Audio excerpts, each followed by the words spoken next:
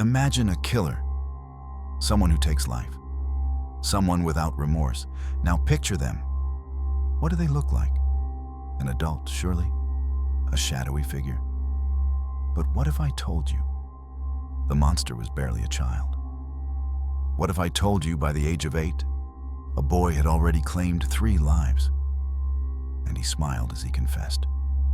Tonight, we unbuckle our seatbelts, go Mach 5, slam on the brakes, and bust through this windshield into the chilling world of juvenile killers. This isn't a work of fiction.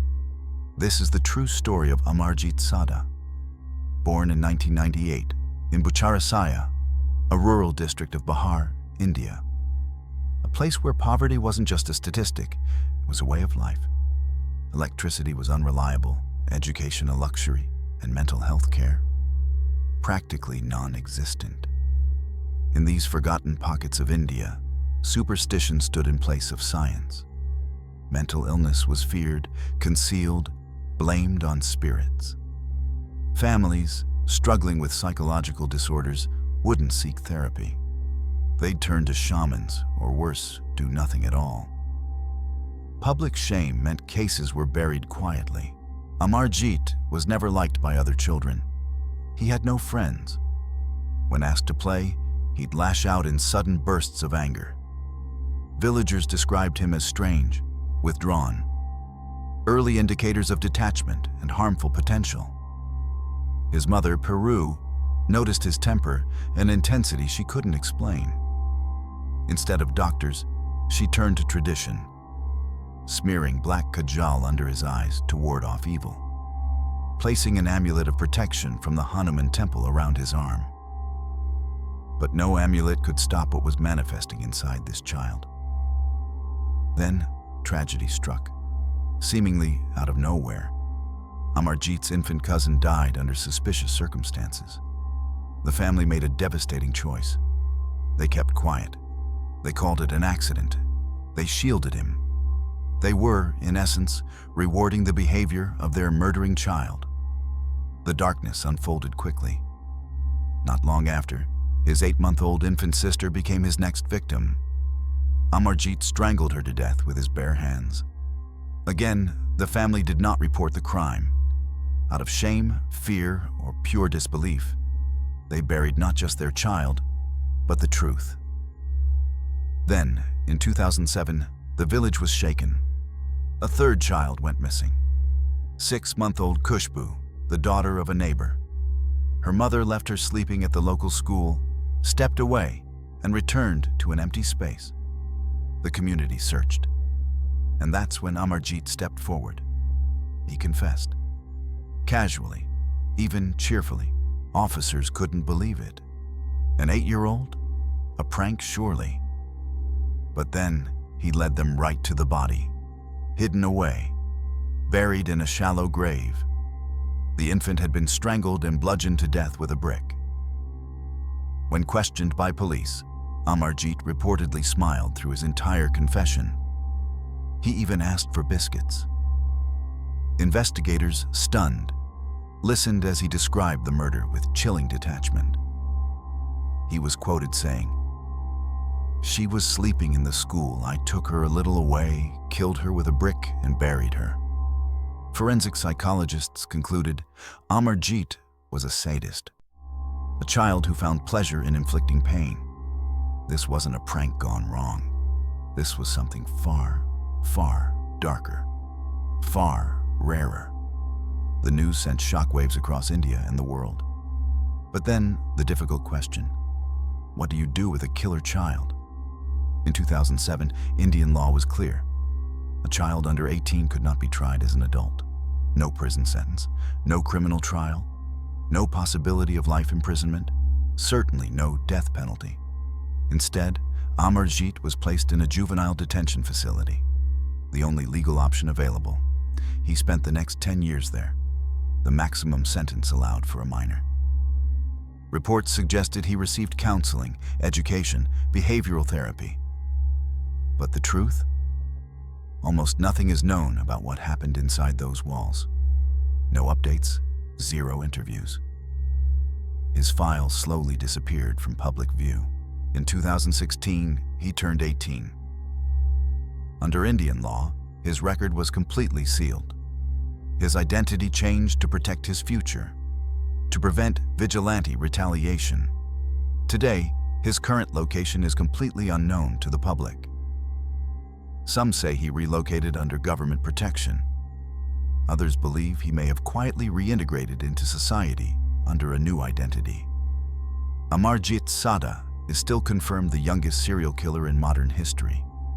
Somewhere, perhaps walking among us, he lives his life as a full-grown man, a full-blown psychopathic sadist, his past completely erased, his secrets completely buried. Can someone who kills before they learn to even write truly be free from who they were? It begs the question, is this pure nature? Was he born with this in him? From the silent, forgotten pockets of India, we move now to the quiet suburbs of Canada, to Medicine Hat, Alberta. Here, in 1993, Jasmine Richardson was born. Her home was ordinary, middle class. Her parents, Mark and Deborah, had met in recovery from substance abuse. They were committed to starting over, raising a family far from past mistakes. Mark was hardworking, strict, but loving. Deborah, soft-spoken, warm, involved in her children's lives. Jasmine was their firstborn, followed 5 years later by her little brother, Jacob. By all accounts, a close family. And Jasmine? She was bright, honor roll at Catholic school, performed in fine arts, laughed with friends, made crafts, went to sleepovers. A pretty normal child, until she wasn't. Around age 11, something changed. Jasmine began gravitating towards goth subculture, dark fashion, heavy eyeliner, and online communities, places where she could shed the expectations of her quiet suburban world. Her MySpace and VampireFreaks.com profiles painted a new picture, one where she was older, rebellious, fascinated with serial killers, immersed in fantasy. The 11-year-old told people she was 15. She posted poetry about death and violence. And somewhere, in those digital shadows, she met him, Jeremy Steinke. He was 23 years old, dating a 15-year-old who was actually an almost 12-year-old. Jeremy had a horrific upbringing, beaten by family members, raised by alcoholics. No excuse. He was a high school dropout who believed he was a 300-year-old werewolf. He allegedly wore a vial of blood around his neck and enjoyed its taste. He was everything a parent would fear. When Jasmine's parents discovered their relationship, they forbade it immediately. Good parents, right? But for Jasmine, that only fueled the fire. Fascination turned into obsession. Within months, the girl who once played dress-up in her childhood bedroom would be planning the murder of her entire family. Jeremy groomed her into the relationship. Online, they built an entire fantasy world, exchanging cryptic, disturbing messages. Their communication grew increasingly intense, romantic, violent, conspiratorial. When her parents tried to create barriers, Jasmine rebelled, sneaking out, going to concerts. And as the barriers grew, they began to imagine a world without them. "I have this plan," Jasmine wrote in one online message. "It begins with me killing them and ends with me living with you." Shortly before the murders, they watched the film Natural Born Killers, a violent cult classic about a couple on a killing spree. Jeremy idolized it, claiming it was the best love story of all time. He didn't want to lose Jasmine. He was willing to kill for her. What followed was not just a crime of passion. It was the complete unraveling of reality itself, guided by fantasy, fueled by obsession. It was a quiet Sunday morning in Medicine Hat. Police arrived at the Richardson family household. Inside, a scene so gruesome, so unthinkable, it would haunt the country for years. 3 members of the Richardson family were dead: Mark, Deborah, and their 8-year-old son, Jacob, slaughtered in their own home. Their 12-year-old daughter was missing. But this wasn't a kidnapping. This was the plan. Hours earlier, Jeremy had entered the home through a basement window. Drunk, under the influence of cocaine, marijuana, and ecstasy. Armed with knives. Fueled by obsession. Deborah Richardson, hearing a noise, went to investigate. She encountered Jeremy. Before she could scream, he attacked. Multiple stab wounds, defensive injuries. She died in the basement. Mark heard the struggle, grabbed a screwdriver, but he too was outmatched, unprepared. Jeremy stabbed him repeatedly, leaving him to bleed out. And all this was happening while Jasmine was there, participating. Then came the part no one wants to believe. Jasmine's 8-year-old little brother, Jacob. Both Jasmine and Jeremy blame each other for what happened next. The truth is unconfirmed, but what we know, Jacob was stabbed multiple times, his throat slashed. There are reports he attempted to defend himself with his toy lightsaber. This was supposedly done because they didn't want him to live as an orphan. A courtesy. It's sickening. After the horrific damage, the lives taken, they left. Went to a friend's house, attended a party. They laughed, they kissed. They bragged of the atrocities. They were celebrating. The next morning, Jasmine was listed as a missing person. Authorities believed she was kidnapped. But within 24 hours, the truth came out. Evidence from her room, online messages. She wasn't a victim. She was a suspect. Jasmine and Jeremy were tracked down and arrested, both charged with 3 counts of first-degree murder. Neither showed any emotion. In 2008, Jeremy was convicted, sentenced to 3 life sentences consecutively, with possibility of parole after 25 years. Jasmine's trial was more complicated. She was only 12 at the time, making her the youngest person in Canadian history to be charged with multiple homicides. Psychologists testified she was emotionally immature, likely under Jeremy's influence, lacking full capacity to understand the consequences. Still, the jury found her guilty on all 3 counts. Under Canadian law, she couldn't be sentenced as an adult. Jasmine received the maximum for a minor, 10 years. Time in a psychiatric institution, followed by conditional supervision. Her sentencing wasn't just about punishment, it was about rehabilitation. The country was split. Was she a child manipulated by a predator or a cold-blooded killer? Today, you won't find Jasmine. No press conferences, no interviews, not a trace. Jasmine Richardson, now in her 30s, walks completely free. She served her full 10-year sentence. In May 2016, it ended. Her record sealed, her name protected, released from all court-ordered conditions. During rehabilitation, she reportedly enrolled in university classes. Those who encountered her had no idea who she really was. Just another student. Just another face in the crowd. Her exact whereabouts are undisclosed.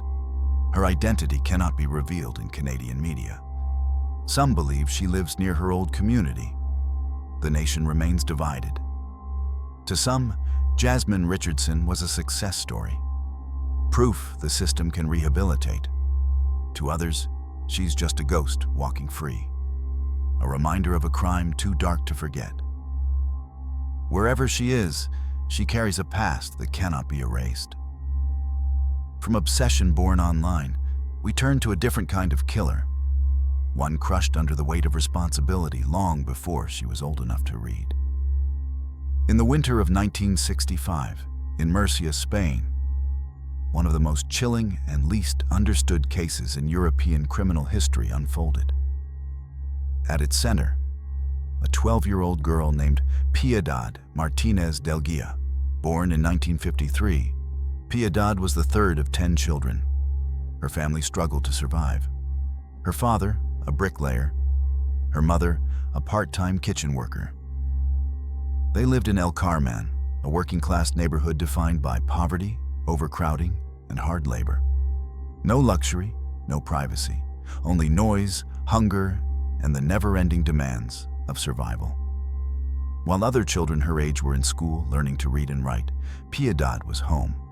She cleaned, cooked, changed diapers. At 12 years old, she was the default caretaker for her 7 younger siblings. Jesus, 10. Cristina, 8. Manuela, 6. Andres, 5. Santa, 4. Mariano, 2. And baby Maria del Carmen, only 9 months old. Her 2 older brothers worked at an auto shop, sometimes bringing work home. Piedad had to help clean and polish metal parts, using small bars of chemical substance they provided. Her parents were gone most of the day. The weight of the household, the chaos of caring for 7 younger siblings, fell squarely on her very small shoulders. She carried it quietly, obediently, until something broke. And no one noticed at first. She was just a little girl, a girl who couldn't read, whose world was confined to 4 crumbling walls, the wailing of babies, and the suffocating pressure of poverty.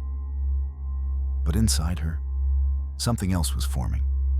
Not resentment, not rebellion, intent. It began with a fever. On December 4th, 1965, baby Maria del Carmen, 9 months old, began convulsing violently. A rash, soaring temperature. Within half an hour, she passed away. The family doctor arrived too late. He said it was likely meningitis, a tragedy, but an isolated one. Or so they thought. 5 days later, it happened again. Mariano, only 2 years old, died under nearly identical circumstances. Neighbors began distancing themselves, fearing a contagious illness. Then, 5 days later, once again. Santa, just 4 years old, died just as quickly as her siblings, with the same symptoms. 3 children, within 10 days, all gone. This time, the doctor refused to sign the death certificate. He suspected something else. The family brought their surviving children to Murcia General Hospital for evaluation. Many tests. But in 1965, Spain, diagnostic technology was limited. No immediate answers, no conclusive cause. The family was sent home. All children, including the family, received multivitamin concentrates. To boost immunity, they hoped. Within days of their release, it happened again. January 4th, 1966. 5-year-old Andres was dead, seemingly fine half an hour before. This time, no assumptions. They were determined to find the cause.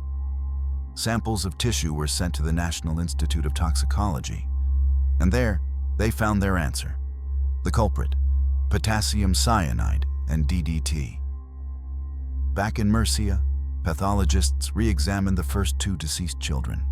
Nothing. But then, they reportedly fed 21 guinea pigs and a dog with pieces of the children's organs. All the animals died suddenly. They knew. The children were poisoned. When police asked who was last seen with the victims, one name came up again and again: Piedad. By mid-January 1966, the city of Murcia no longer whispered about the deaths. They shouted, 4 dead children. No explanation, no arrests. Only grief and suspicion. On January 14th, both parents, Andres and Antonia, were arrested. Authorities suspected filicide, the killing of one's child. Antonia, pregnant, was confined to a maternity ward. Andres sent to a psychiatric facility. The surviving children were split. Detectives hoped their killer might slip up. The story reached national headlines. Journalists descended on Murcia, and what they found stunned everyone. The children, just weeks after burying 4 siblings, were laughing, playing, smiling. One photographer recalled 6-year-old Manuela looking directly into his lens and saying chillingly, You want to take my picture because I'm going to die next. Then she went back to her game, like it was nothing. But behind those playful scenes, detectives watched someone else. Someone quieter, someone colder. Piedad. Her affect was flat, her gaze unshaken. She always seemed to be the last one with each of the dead. But still no proof. Then, on January 24th, a detective had an idea. He took 12-year-old Piedad to a local cafe. Small talk, he ordered her a glass of milk. Then, with a sleight of hand, he pretended to spike her drink with the same metal cleaning compound her brothers used at work. She noticed immediately. She grabbed his wrist. "Don't do that," she said. "You could seriously harm someone with that stuff." The detective answered, "Is it harmful?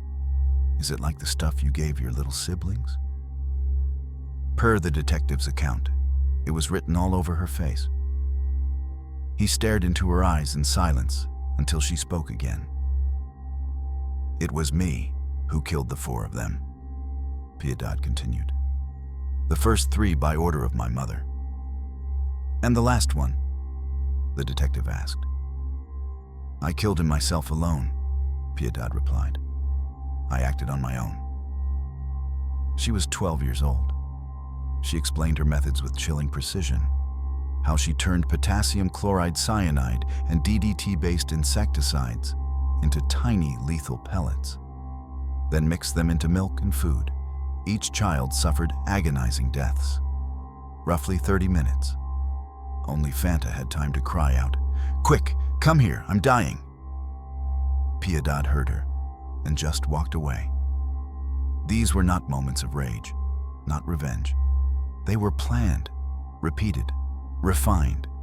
A child behaving like a trained assassin. Her parents were held longer, especially after Piedad implicated her mother. But Piedad's story kept changing. Eventually, detectives concluded she just lied. Her surviving siblings were removed from both parents' custody. Piedad was brought before a juvenile court, sent to a psychiatric institution for observation. There, she thrived. Laughed with nurses, befriended staff. Psychologists were alarmed. She was found to have a sound mind. She knew what she was doing. Very smart, extremely calculated. She was fully aware of right and wrong, but capable of ignoring morality when it suited her. By summer 1966, Piedad was officially diagnosed as a psychopath. In one of her many confessions, she summed up her motive simply, "I was tired of taking care of them." Cold, heartbreaking. She could not be tried as an adult. Spanish law wouldn't allow it. She was under the age of criminal responsibility. Instead, the judge ordered Piedad committed indefinitely to a Catholic institution called Las Obladas, a convent, not a prison. Here, behind these walls, one of the youngest serial killers in history would grow up. She didn't rebel, didn't lash out. The nuns described her as social. She even took up knitting. This wasn't the behavior of a child racked with guilt. It was something else entirely. She just didn't care about anything other than herself. As years passed, Piedad settled into life at the convent. She often spoke about her future, possibly moving in with her aunt. In time, Piedad was released. There's no definitive answer of what happened next. Some believe she assumed a new identity, others that she became a nun. She seemingly just vanished, leaving us to wonder what became of one of Spain's and the world's most juvenile offenders. Amarjit, Jasmine, Piedad. 3 names etched into the shadows of true crime history, all of whom took lives in unimaginable ways. Amarjit, a sadist from a world of silence and superstition. Jasmine, rebellious and emotionally stunted, pulled into fantasy and obsession. Piedad, highly intelligent but void of empathy, crushed under adult responsibility. These stories leave questions society still struggles to answer. What makes a child kill? Are these stories of nature or nurture? Are children born different, broken, or cold? Or were the systems they were raised in what failed them? When a child takes a life, who is truly held accountable? The child, the family, the society and circumstances that shaped them? Or do we just not have the right answer yet? Let me know what you think in the comments below. And until next time, stay safe out there.